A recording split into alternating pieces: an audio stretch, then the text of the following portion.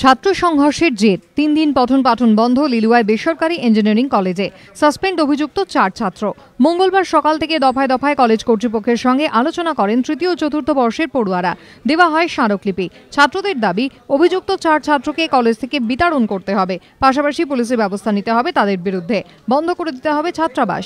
ছাত্রদের এই দাবির প্রেক্ষিতে ওই 4 ছাত্রকে সাসপেন্ড করেছে কলেজ কর্তৃপক্ষ। সিদ্ধান্ত হয়েছে আগামী 3 দিন বন্ধ থাকবে কলেজের পঠন পাঠন। সোমবার সন্ধ্যায় হাওড়া লিলুয়ায় বেসরকারি ইঞ্জিনিয়ারিং কলেজের 2 দল ছাত্রের মধ্যে বচসা বাঁধে।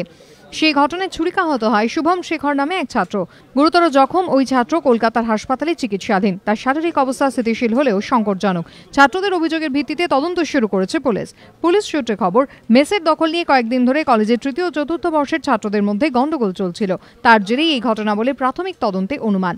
তবে কলেজ কর্তৃপক্ষের তরফ থেকে এখনো থানায় কোনো অভিযোগ দায়ের হয়নি। যাদবপুর বিশ্ববিদ্যালয় ও শিবপুরের Indian institute engineering science and টেকনোলজির অধ্যাপকদের নিয়ে তৈরি হয়েছে তদন্ত কমিটি। ভাস্কর ঘোষের রিপোর্ট, এবিপি আনন্দ, হাওড়া।